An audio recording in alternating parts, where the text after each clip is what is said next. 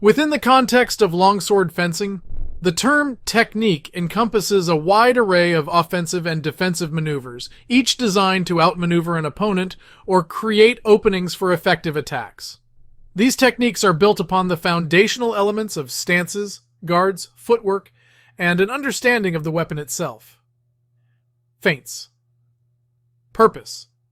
Feints are deceptive movements that simulate an attack toward one target to draw the opponent's defense away, only to redirect the actual attack to another, more vulnerable target. Execution. Begin an attack in one direction, then quickly change the direction or type of attack, for example, from a cut to a thrust, to exploit the opening created by the opponent's reaction. Bind and wind purpose. The bind occurs when both fencers' blades come into contact, typically in an attempt to control or feel out the opponent's intentions. Winding involves rotating the sword around the point of contact to gain a more advantageous position for a thrust or cut. Execution. After engaging in a bind, sense the opponent's pressure and direction. Use this information to wind your sword, leveraging control over their blade and creating an opportunity to attack. Ripostas. Purpose. A riposte is a counterattack made immediately following a successful parry or defense, taking advantage of the temporary vulnerability in the opponent's position. Execution.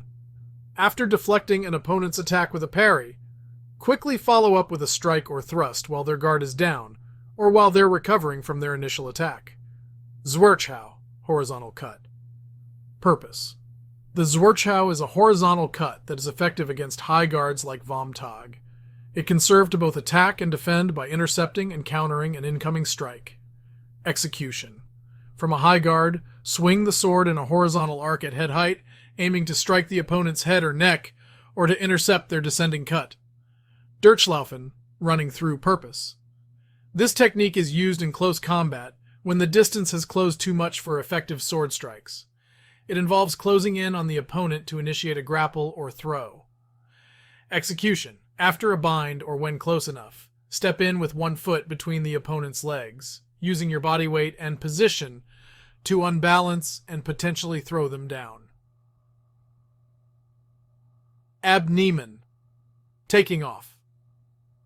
Purpose. Used to disengage from a bind or when the opponent is pressing hard in a bind.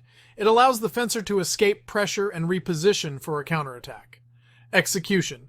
Lighten the pressure against the opponent's blade and quickly slide your sword off theirs, stepping aside or back to create space for a follow-up attack.